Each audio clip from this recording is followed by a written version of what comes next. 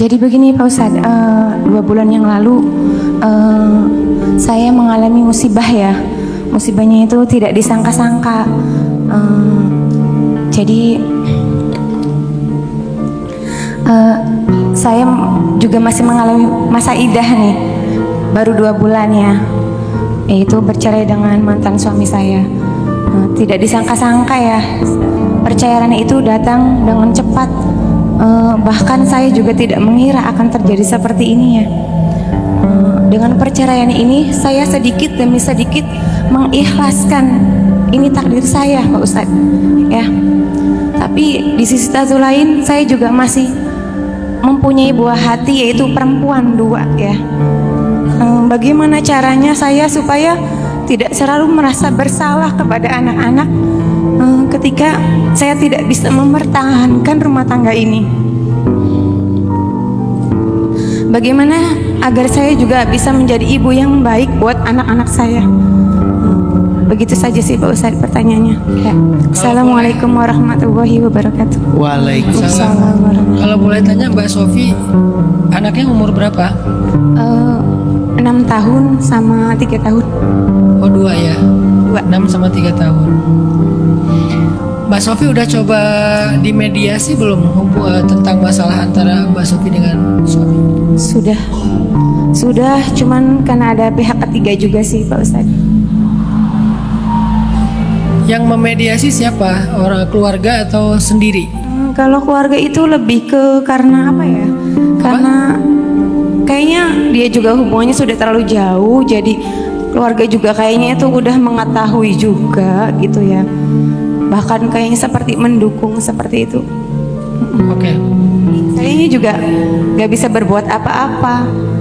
Jadi memang dalam hidup itu kita, kalau dalam budaya Islam, kita tuh nggak boleh memutuskan silaturahim, dan keluarga itu memang harus saling peduli kepada keluarganya. Kalau di kita tuh kan ada kecenderungan kalau orang udah menikah itu dia kayak udah pisah dengan keluarganya ya, terutama dengan keluarga besar, paman, ponakan gitu ya, seolah-olah tuh beda keluarga gitu. Dalam Islam enggak, mereka tuh masih terikat dengan hak dan kewajiban. Makanya nanti dalam masalah waris, kadang paman bisa jadi dapat gitu kalau nggak terhalangi oleh anak laki-laki. Dalam masalah perwalian, kadang paman bisa jadi wali kalau tidak ada wali orang tua. Artinya nggak terputus. Nah tujuannya apa? Tujuan kekeluargaan ini dijaga, silaturahmi ini dijaga. Karena kalau sewaktu-waktu ada masalah, harusnya keluarga itu terlibat untuk menyelesaikan masalah itu. Jangan dibiarin mereka selesaikan sendiri, sementara mereka sedang subjektif dan emosional. Harus ada orang yang adil yang terlibat, lalu membujuk di antara keduanya, membujuk laki-laki, membujuk perempuan agar mereka berdamai, dicari jalan keluar sehingga tidak perlu bercerai.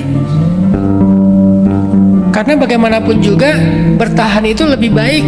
Maka harus ada orang yang pihak ketiga yang bijaksana dari laki-laki dan bijaksana dari perempuan untuk bisa membujuk. Kalau nggak ada yang bujuk, sama-sama kekeh dengan pendiriannya, dengan marah dan emosinya, dengan keinginannya, akhirnya nggak ada jalan tengah. Ini nih panduan Al-Quran, petunjuk Al-Quran gimana menyelesaikan masalah rumah tangga. Itu yang pertama. Yang kedua, Mbak Sofi punya anak umur 6 tahun sama 3 tahun. Kadang-kadang kita dihadapkan dengan sesuatu yang kita ngerasa nggak mampu gitu. Kita ngerasa berat banget, kita ngerasa kayaknya mau nyerah aja. Tapi ada satu yang membuat kita kadang bertahan dan akhirnya jadi kuat. Itu adalah orang-orang yang berharga dalam hidup kita. Dan orang yang berharga itu macam-macam. Dalam konteksnya Mbak Sofi adalah anaknya. Bisa nggak Mbak Sofi jadi yang penyabar, jadi yang bisa bangkit? Saya nggak mengarahkan ke solusi manapun karena Mbak Sofi lebih tahu kasusnya separah apa.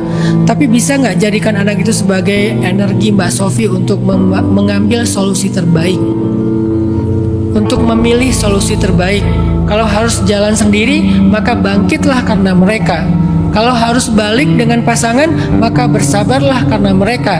Jadikanlah mereka alasan Mbak Sofi itu kuat, alasan Mbak Sofi itu bertahan, alasan Mbak Sofi itu bangkit, alasan Mbak Sofi itu nggak nyerah dan berputus asa. Itu penting dalam hidup. Nabi SAW menjadikan kita sebagai alasan beliau kuat. Kalau nggak mikirin kita, Nabi itu udah nyerah sejak kapan-kapan juga. Tapi karena mikirin umatku nanti gimana, akhirnya Nabi sabar dengan ujian dakwahnya. Karena Nabi begitu mencintai kita, seperti orang tua yang mencintai anaknya. Saking cintanya, anak itu jadi energi orang tua. Saking cintanya Nabi sama kita, kita tuh jadi alasan Nabi kuat dan bertahan dengan ujian dakwahnya yang luar biasa. Maka jadikan anak Mbak Sofi yang 6 tahun, apalagi yang 3 tahun, sebagai alasan Mbak Sofi kuat, bertahan, survive, atau sabar, berlapang dada. Apapun pilihannya, jadikan mereka sebagai alasan Mbak Sofi untuk kuat.